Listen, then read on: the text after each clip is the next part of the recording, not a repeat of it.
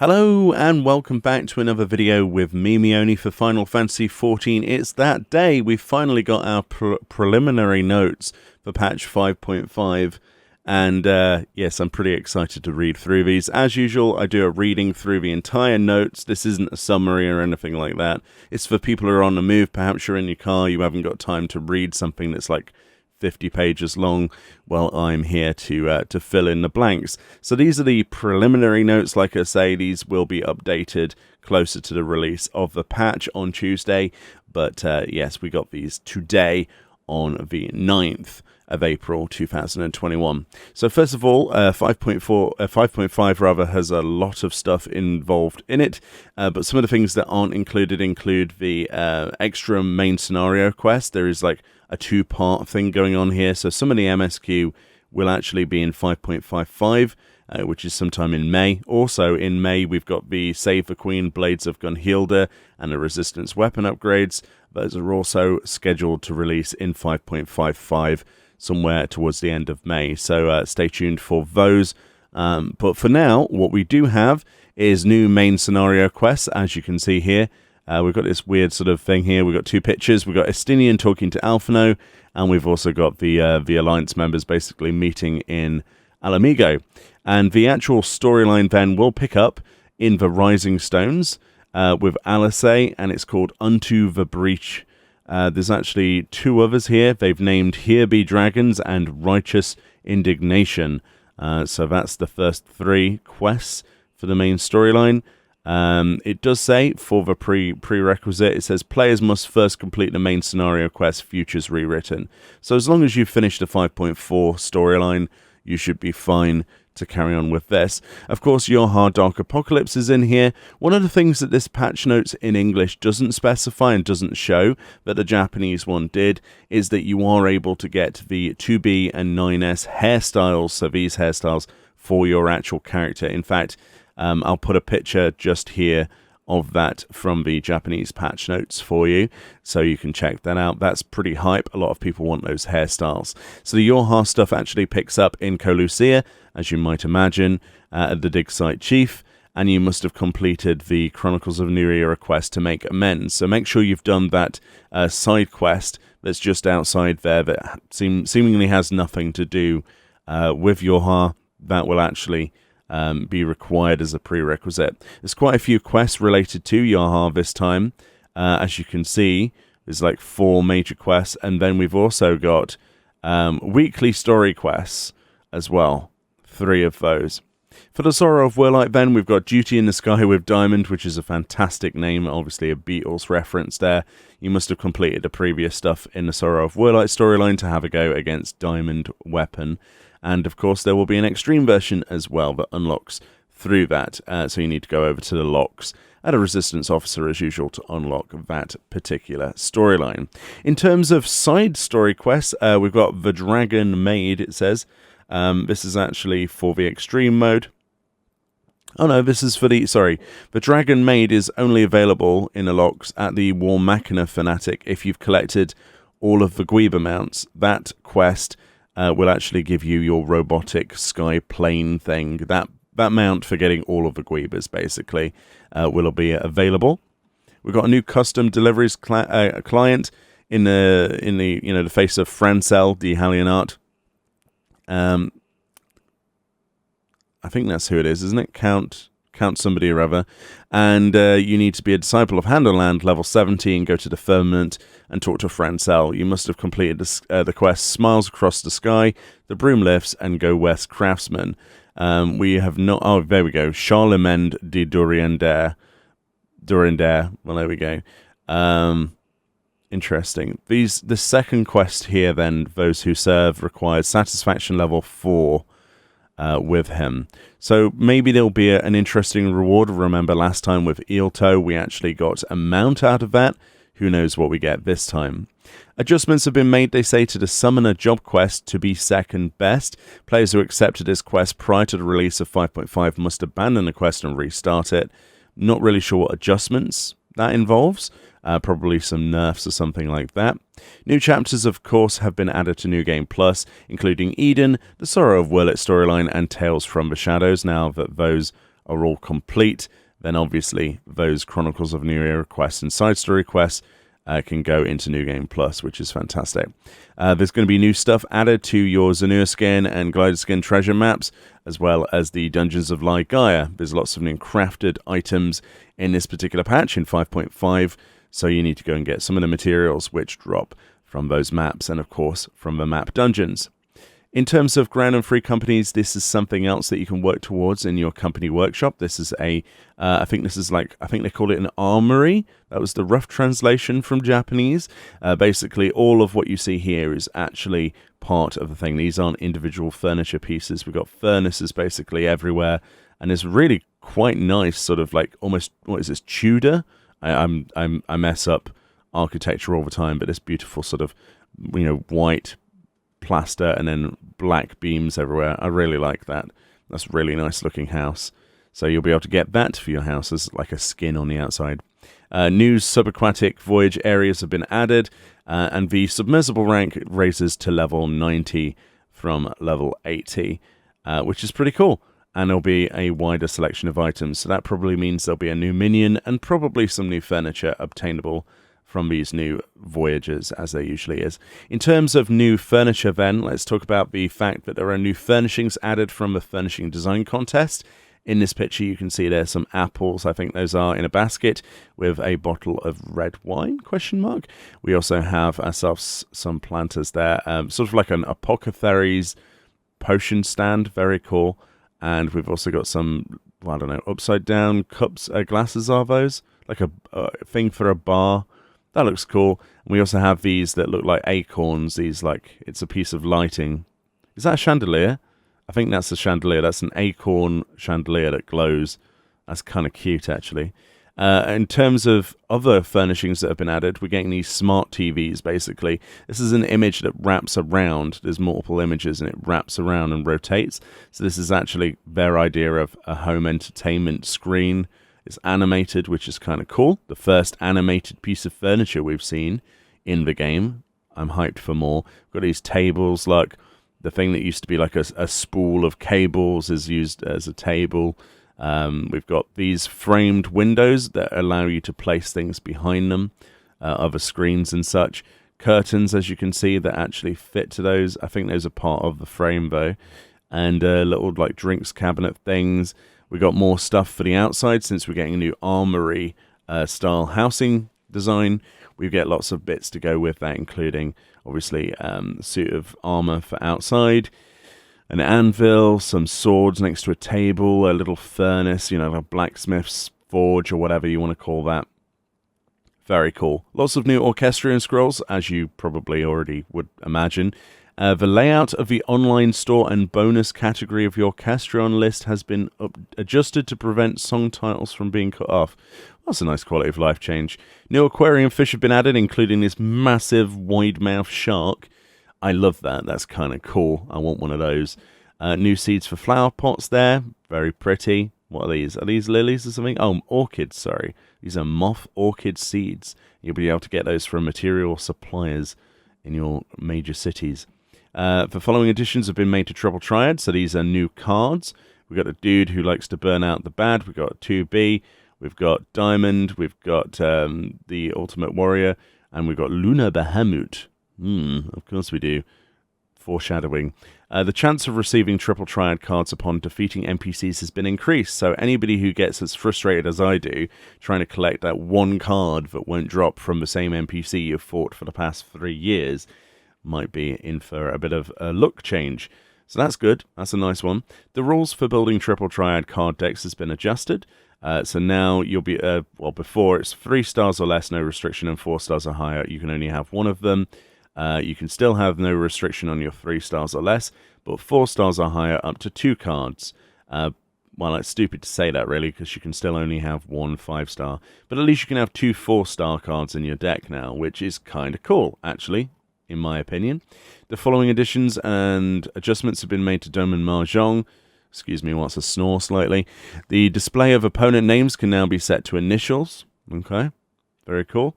You can change these in the settings menu in the Mahjong tab. An explanation of discarded tiles has been added. And this was a big one. New prizes are available for purchase using MGP. Players can now purchase certain prizes that were available during the Make It Rain campaign in previous years, including the Make It Rain hairstyle, by the way, which was posted on social media previously. So that's hype. If you still want that hairstyle, then you'll definitely want to go and buy that with MGP, as well as new prizes available. I'm looking forward to seeing what those are. So now onto the miscellaneous stuff. It says prizes available in exchange for Chloe's Gold Certificate of Commendation, Chloe's Silver Certificate of Commendation, and Chloe's Bronze Certificate of Commendation have been adjusted, so that means there will be new rewards. Of course, there is actually a new Unreal trial. The Unreal is being swapped out, as usually would happen, so instead of the Naval Unreal with Titan, we're getting the Wall Eater Unreal, which is, of course, Leviathan. And they say different Unreal trials will be available in each major patch. They said this before, but they're going to rotate through the ones they have, as well as any new ones they decide to add in the future, if they decide to add more going forward. And of course, new items are available in exchange for faux leaves, which likely will be a mount. There's always usually a mount from this that's your big sort of sink, so stay looking forward to that. And apparently it didn't load before, or they've made a quick update since I refreshed this site before we did the video. But there, in fact, is your 9S hairstyle on 2 characters, and there's your 2B hairstyle. I'm not sure if I will personally use these, but having the 2B hairstyle is definitely going to be up a lot of people's avenues, like I said before. Moving on to battle system changes then. Saving Blue Mage action sets will now also save hotbar slots. So this allows you to have a better time with your Blue Mage. Hotbars are affected by saving. Only the slots on Blue Mage exclusive hotbars will be saved to an active set. This means that creating an active set while playing as a different job or class will not save those hotbars, leaving your Blue Mage hotbar layout unchanged. Slots on shared hotbars are also excluded. And the actions affected by saving, the hotbar layout of all Blue Mage actions, whether active or inactive, will be saved to a set, along with any macros. And macros that do not include Blue Magic actions will also be saved. And there we go. Basically. They also say the appearance of the target ring has been adjusted to make it easier to visualize the target's direction. So there's a before picture.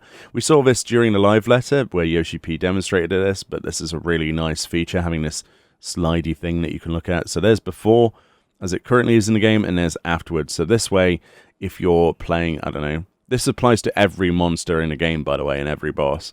If you're playing Samurai or Monk or whatever, and you're looking for positionals on something, it'll be easier to find out which way it's facing, especially if you're up close and the model is enormous on some of these bosses. You'll be able to know if you're in the right place or not by just simply looking down. And the same there with that monster as well. Look, as you can see, we've got an arrow facing forward, but we've also got the other arrows as well. Pagelfan, the new dungeon, has been added. This is going to have a level requirement of level 80, obviously, and this is obviously able to be done with trusts, because this is part of your storyline. It will require an average item level of 490 or above, have 4 players, and take 90 minutes as a time limit, and this will be unlocked during the question mark main scenario quest, so that'll be in this patch, and stay looking forward to that. New trial of the Cloud deck has been added, which is Diamond Weapon. Diamond Normal will require 495 average item level, which isn't exactly difficult to get to, and you can unlock that down at the locks. And the Extreme version will need 510 average item level or above, which is pretty interesting. The item level restrictions, they say, and role requirements do not apply when registering as a full party, so you can actually go in with much lower item level if you make a pre-made group, if you didn't already know that, by the way. Yeah, basically the requirements and stuff in the exchange, yeah, they're pretty much the same as every other extreme. Unreal Wall Eater or Leviathan will have a 430 average item level requirement, and you'll be synced to 435 item level. For the fantastic Mr. Foe, or Mr. Fox, if people can't read what Foe says, basically you'll need to go to the Painfully Ishgardian Man, and obviously if you've never done the Foe Hollows before, then you'll find that questline in Idleshire at X7.0Y5.9. The trial will be unlocked automatically for players who have completed the quest Fantastic Mr. Foe prior to patch 5.5, of course, as usual. The drop rate of a Guiber of Light Trumpet in the Seat of Sacrifice has been increased, and also you'll be able to collect 99 Totems of Light and go to Yulmore at Fathard and exchange them for your Guiber if that's what you're intending to do. Personally, I've been waiting for the drop rate to increase before I resume my farm of that. Additionally, the drop rate for the Emerald Guiber Trumpet in Castrum Marinum Extreme has also been increased, although the totems are not available to be exchanged for that at this time. But yes, it's nice to see the drop rate increase on those two, and those are two that I definitely need to go and do, as well as obviously Diamond now. So yes, that's something I will be doing as we go forward. The weekly restrictions on rewards in Eden's Promise has been removed. This change does not apply to the Blade of Lost Antiquity obtained in Eden's Promise Eternity.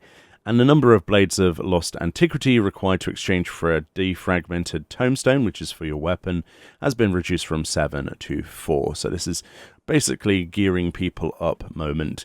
New Alliance Raid Dungeon, the Tower at Paradigm's Breach, which is part of the Nia Raid, has been added. And yes, the party requirement is 495 average item level, 24 players with 120 minutes, and we've seen these pictures before, but if you haven't, then we've got this sort of like Escher-esque stairs that go into sort of like weird floating cathedral thing, and there's one of the bosses, I believe is the name of Jack. So you actually unlock that at the dig site chief in the puppets bunker, basically, with Brave New World. Yeah, the completion reward is getting one of these breach coins. You can exchange those again, so you've got your final coin, basically. We've got my puppets coin, your factory coin, and now you've got your breach coin. So that should be useful for unlocking further gear if you need it still. The following items now appear in a treasure chest allotted to each party of an alliance when undertaking the copied factory. So you can actually get both of the pods, so the black one and the white one, the 9S card, the Orchestrion rolls, and the number 2 Type B material storage crate. So instead of this stuff being locked to Alliance roll, this is now Party roll, so it should be easier to get some of these minions, for example. And the following, and they've done the same basically with a Puppets Bunker.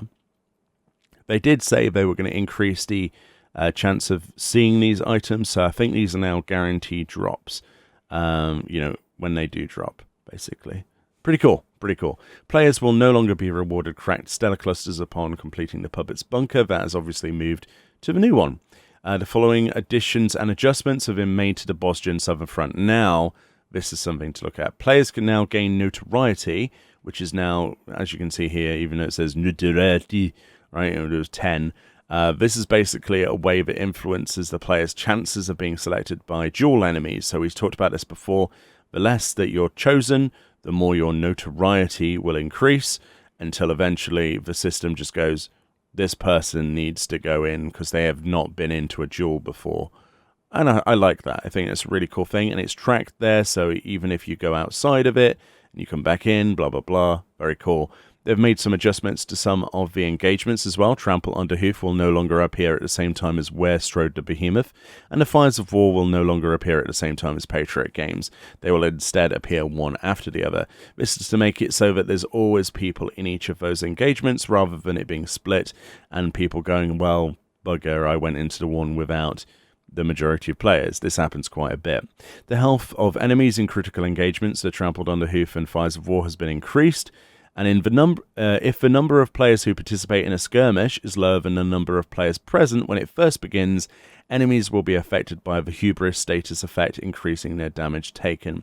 This is a future-proofing sort of like piece of tech. It says the potency of this effect will be adjusted automatically as the participant numbers change. So as you can see there, basically things will become weaker the less people are there to fight it, so that the content is future-proofed into the, when we do this in the future when there's less players, which is very cool. All players will be granted the power of the Echo when undertaking a critical engagement with a small number of participants. The strength of the Echo increases the lower number of the participants. So again, more future-proofing for critical engagements. It says the strength of the high morale effect granted to players upon winning a duel has been increased. So you get 100% metal earned rather than 50% for 60 minutes rather than 30. The completion of critical engagements and skirmishes will reduce the time remaining before a large-scale assault may be triggered. So this is a big one. So the more critical engagements and skirmishes that are done by people actually doing stuff in the instance, the sooner your large-scale Castrum Lacus Latorii will actually pop. So if you're just AFKing waiting for, critical engagements, that is old news now. That's not going to be useful. You want to go out there, you want to do skirmishes, you want to do as many critical engagements as possible, and then you'll get your Castrum Lacus Latorii to spawn. And of course, in 5.55, there's going to be a new large-scale assault, which will probably have the same thing attached to it. You can now increase your mount speed in Bosnian Southern Front with a riding map, which you can get from a Resistance Quartermaster at Utia's Aegis to increase the speed of mounts on the Southern Front. Very big news, especially since you'll be doing more skirmishes and, fates, basically. The following categories have been added to the Resistance Secretariat: Jewels, Notoriety, so this is your help menu, and the number of Bosnian coins awarded upon completing critical engagements will now appear in the rewards window. So you can see those as well. Instead of having that little pop-up that fades away, now it will be actually on the completion bar as well. So the minimum number of players required to enter DR Savage has been reduced from 48 to 24. However, the maximum number of players will still remain at 48. This is a way of trying to get more people to do the content, because less and less people seem to be interested in Savage DR these days. The items required to enhance equipment purchased with Elegant Tomestones of Revelation, i.e. the Crypt Twine, and Crypt Dusting, can be purchased from the following vendors. You can get them for Sacks of Nuts at Xyle in the Crystarium. Ilfroy in Yulmore will take Sacks of Nuts, and then, as predicted, manufactured coins, public coins, or breach coins can be exchanged for any of those twines and stuff as well. So that's pretty good. After acquiring the items to enhance your equipment from either Xyle, Ilfroy, or Fafard, speak to Sheetak in Ulmar and exchange them for augmented gear of your choice. So this is basically catch-up gear, the patch. The following duties have been added to Raid Finder, so that's Unreal Wall Eater and the Cloud Deck Extreme. And Duty Finder now got Castrum Marinum Extreme rather than in a Raid Finder. You will now receive the Power of the Echo in the event all party members are incapacitated during Castrum Marinum and Extreme. Obviously, that Echo is different depending on what that is. Up to 25% in Extreme and 50% on Normal, if you need that. And the duties listed within the Duty Roulette Expert obviously have been updated, because we've got Matoya's Relict and Pagolfon now, and Hero's Gauntlet has dropped down there. The required average item level to register for Expert has been increased from 470 to 490 item level, and yada yada yada. Basically all of the things you would imagine. So Season 18 ends of the Feast, and Season 19 begins. Of course, you can pick up your rewards from your Mughal delivery service if you manage to get any. We've got some new items. There's the new dungeon gear, by the way, from Pagolfon. We looked at this before. And because these are preliminary notes, we don't have all of the items listed here, but we will do at a later date. The new amazing recipes have been added, by the way. So this glamour is going to be crafted. I love that dress. I love this outfit.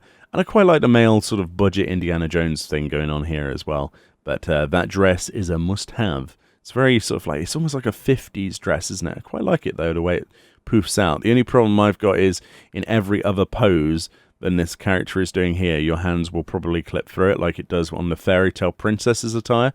So I'm worried about that one. I'll have to hope that it doesn't. Luxury traders have been added to the game, offering rare and extravagant items. There's one Adelina in Mordona over here, and Tabeth in Yulmore. I'm not really sure what these luxury traders will tell you, but that's interesting. Interesting. I'll have to check that one out. Crafted item level 510 equipment can now be exchanged and upgraded for 520 equipment in Hillison. In Yulmore, you'll need your Yulmorian Certificate of Grandeur or Crystalline Rains. And it's the same upgrade process as before, basically, but now it can go to 520, which is pretty good. The category of certain items purchased in exchange for scripts has been changed. So, level 70 items for Yellow's Crafter Script exchange says Yellow Crafter Script exchange level 61. Same with Gatherers as well. Interesting. Items, Pellitory, New World Macram, Wool Top, and Flannel. The Phoenix Triple Triad card can no longer be discarded because, of course, you can only get one of those. Certain items can now be sold, desynfed, or submitted for expert delivery missions. New items have been added to the inventory of Calamity Salvages, so you can reclaim more stuff. And Resplendent Tools have been added for Disciples of the Hand. These main tools can be acquired after crafting and submitting items for certain expert recipes. Apparently, players must first complete the Boutique Always Wins, that quest, and you can exchange. The required materials must be exchanged with Limbeth and Yulmore to receive a Resplendent Tool. It should be noted that one expert recipe will be required to prepare all the necessary materials. The number and types of material required can be confirmed by speaking with Limbeth. And expert recipes can be learned from 8th level master recipe books. So new shiny weapons. Interesting. Well, tools, let's say. Order of special recipe categories in the crafting log has been adjusted. Things have changed basically in the order of them to make it easier to find things. Players can now speak with Count Charlemagne de Duriender to complete custom deliveries. A total of 12 deliveries per week. You get crafter scripts, gatherer scripts, experience points, and gil. And who knows what you get as a final reward. I'm looking forward to seeing that, if there is one. New miner and botanist gathering points have been added to the world, and of course, new items to those, and new fishing places, as you might expect. Players can now confirm the area of a map where gathering points appear via the gathering log, and you can actually automatically release fish in this filter, as you can see here, which is pretty awesome. I think you'll agree. Lots of new fish have been added. Dolphins and seagulls will now appear when ocean fishing. So encountering a pod of dolphins or a flock of seagulls will grant beneficial effects to those aboard the ship. So these are new encounters, basically. When you encounter a dolphin, you'll get Cetaceous Speed, which is GP regeneration rate increase. That's amazing. And Auroral Flipper, a chance of triggering a spectral current is increased. So dolphins are your best boys. The Auroral Flipper effect will only be granted if spectral current has not yet appeared in the area. So obviously, if it's already appeared, you're not going to get, the Auroral Flipper. And seagulls will give you Ghoulstorm, a chance of landing a HQ catch while fishing is increased. So these are ways of basically buffing it, but instead of just going, let's nerf this and make it easier to get some points, let's actually make it a visual thing as well. So if you see seagulls whilst you're ocean fishing, or whilst you're, and you see a pod of dolphins, just smile a little bit, because that means that you're going to have a good time. Well, hopefully. The level cap for desynth has been increased from 510 to 520. Feats or fates have been added to the Ishgard Restoration. This is a big one for me.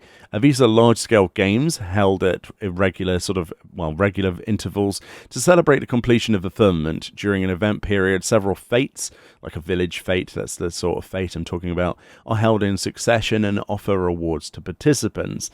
You can be any disciple of land or hand, regardless of level. And the time remaining until the next fate can be confirmed at any time in the firmament on the duty list. It'll tell you, for example, the next one is in 1 hour, 16 minutes, for example, on that heads-up display. Fates are held 12 times over the course of a 24-hour period, with every 2 hours. When the celebration is concluded, there will be a rest period of 1 to 2 days before the next event period begins. The timing of these fates will differ between worlds. The rewards then, these are the things that you're most excited for. Players who earn a sufficient rating will receive a fate present, which contains any of a number of prizes. These presents can only be opened in towns or field areas. However, players will also receive fate tokens, which can be exchanged for rewards when speaking with any in the firmament. And one such reward is this cool looking mount, by the way. Very nice. And in addition to that, we also have another mount. So we've got, what are these things? 2 deer things. But that's 2 new mounts, basically, that you can get from the Ishgard Restoration. Very exciting. It says, following the establishment of an Ethernet in the firmament, players can no longer travel through the area via the face of the firmament, which is probably to be understandable. I'm looking forward to these mounts in particular. They both look absolutely incredible. And the sort of like Village Fate type thing, I'm looking forward to that. So we're on to the miscellaneous section now. So new mounts have been added. This is the reward for getting all of the Guibas. We got new Chocobo Barding. This is the Diamond Barding, which I would say immediately comes across a little bit underwhelming. But that's my personal opinion. You might love this. And new minions have been added. We've got ourselves a Dolphin minion and a Seagull. I'll be surprised if a Dolphin and Seagull aren't from ocean fishing then, considering, we've got Dolphins and Seagulls as buffs now in there. So we'll have to wait and see where those are from. Now the system menu, we've got lots of new achievements have been added. New achievements and titles have been added. If you have already fulfilled the requirements for the new achievements prior to the release of 5.5, they will be rewarded upon accessing them in the achievements menu, including I found that Miner 7, Botanist 7, and I Corvette 7 for the fishing as well. They've changed the duties required for the tankless job, etc. Tank achievements, as you would imagine, to include Pagelfarn, Tower at Paradigm's Breach, Cloud Deck Extreme, and the Wall Eater. And you can actually exchange your achievement rewards on the achievement panel rather than going to Old Gridania now on this UI they show you there. There's a recently finished achievement. You can just click the button and it goes into your inventory, which is kind of cool. Jonathus will still be able to give you achievement certificates, and you'll still be able to get your veteran rewards from Jonathus as well. But there we go, basically. Explorer mode has been updated to include level 70 dungeons, including Alamigo, Kagane Castle, the Temple of the Fist, the Drowned City of Scala, Hell's Lid, Fractal Continuum Hard, Swallow's Compass, the Burn, St. Marciani's Arboretum Hard, the Gimlet Dark, and the new Pagelfarn as well, are all in Explorer mode. Level sync and item sync will no longer be applied. Players will have access to all actions commensurate with their job level at the time of registration, regardless of dungeon level restrictions. Attack and healing potency are also unaffected by dungeon level restrictions. The performance actions can also be used in Explorer mode, so if you want to play some music in the Gimlet Dark to cheer it up, then you totally could do that. The following additions and adjustments have been made to Retainer ventures. There are new Retainer exploration venture levels added, new items to be obtained from Quick Exploration, and the amount of experience gained from Quick Exploration has been increased at certain level ranges to make it faster for you to level your retainers. G-Pose now has new frames, and the object option has been added to the character display settings tab. As you can see, lots of new stickers, the ability to, you can reduce certain stickers 25% of their original size. As you can see on the stickers there, we've got Mahjong tiles, new icons like level 80 botanist thing, location, banners and stuff, sparkles. Looks kind of cool. You can also subcommands for flipping them with a cursor, horizontal and vertical. Here you go. The text stuff in the sticker mode includes homeworld, title, class job, level, coordinates, and copyright, if you really want to put that on there. Text coloring has also been added, and text stickers can now be dragged and dropped directly onto the screen using the cursor. Very nice. You can now record Eden's Promise, Eternity Savage, and the Puppet's Bunker, and see if Sacrifice has been removed from a duty recorder, if people actually use that. Personally, I think it's junk. And of course, your duty finder has been updated. The names of duties related to the Gold Saucer have been truncated. It's now simply Battle Hall and Invitational Parlor, rather than having like a bajillion things before it. And yes, this is a big one though. Parties that meet the minimum size requirements for duty roulette leveling can now be matched to duties based on the level of the party members. The duty chosen will be within 8 levels of the lowest party member. For example, for a party whose members are 70, 72, 75, and 79, a duty ranging from level 63 to 70 will be chosen. So this is big news. So if you're used to, if you're just level 80, and you will probably, if you're going in a pre-made party with your 3 best friends, your FC members, you'll never see any of the low-level dungeons ever again in your leveling roulette unless you switch to a class that's much lower. It will scale to the lowest member in your party, which is kind of a big deal, really, if you don't want to see any of those low-level dungeons ever again, like Copperbell Mines, for example. But of course, this doesn't affect your leveling roulette if you were just solo. Obviously, it would need to be a pre-made for that to take into account. From a Duty Finder settings window, select Limited Leveling Roulette to enable this matching option, so you can turn this off as well. Parties must meet minimum size requirements. This setting is unavailable for solo duties or those requiring 3 or fewer players. Only the party leader's settings are applicable, and parties must meet entry requirements for 2 or more duties. So there we go. Interesting additions. We also have a new emote functionality for searching, as you can see on this wonderful UI. The design of the tabs in the emotes window has been adjusted, and a quick scroll feature has been added for Gamepad when viewing the emote list. If you press Y or triangle when viewing the general, special, or expressions tabs, you can use quick scroll. The newest learnt emotes will be marked on your emotes window. This will actually disappear when you use any of those or the subcommands. An icon indicating which emotes can be used with fashion accessories has also been added, which is kind of cool. A help window listing emotes, icons, and their meanings has also been added. And emote details can now display up to 4 text commands, as you can see here, which is kind of cool. The PlayStation 5 version for the open beta begins. You'll be able to choose from 4K, 1440, or 1080p in the actual features menu. New UI assets. We've talked about this before with all of the benefits. We've done lots of videos talking about the things that PS5 is bringing to the table, including like crisp UI settings and stuff like that. But and 3D audio compatibility and new trophies and stuff. Very cool. I'm looking forward to that. Players can now switch to high-resolution UI assets on Windows and Mac. So it's not just the PlayStation 5 that gets these. You can also do this on your PC and your Mac. You can switch to much higher resolution UIs, which is very cool. Especially if you play in 4K, you've probably noticed some artifacting in the past. Well, there's a 4K setting, which is really good. A new gamepad type has been added under gamepad settings in the system configuration menu, and the game must be restarted for the settings to take effect. Interesting. The checkbox on the confirmation prompt that appears when backing up a character in client settings on the 14 servers has been removed. That's nice, quality of life. The PlayStation 5 DualSense controller can now be used on Windows. Very cool. However, PlayStation 5 specific features such as haptic feedback are not available.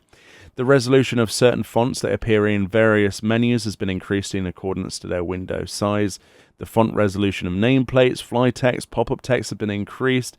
Not available with DirectX 9, they say. The default assignment for confirm has been changed in certain regions on PS4. Until now, the default button assignment for confirm has varied according to region where the game was purchased. However, the default button assignment will now be based on the region from which the PS4 console was shipped. Please note that the button assignment for confirm can be changed even if controls are restored to the new default setting.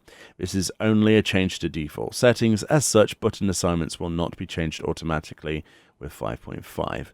Loading processes when logging and changing areas have been improved, reducing loaded times. This for every single version of the game. Loading times has been improved, basically. There's a reduction in loading times. It may vary, however, depending on your system hardware. And additions have been made to the auto-translate library and lots of new music. But that's the preliminary patch notes in their entirety. I thought I'd read out the entire lot. There's quite a few things I'm excited for. Little things that I didn't expect to happen.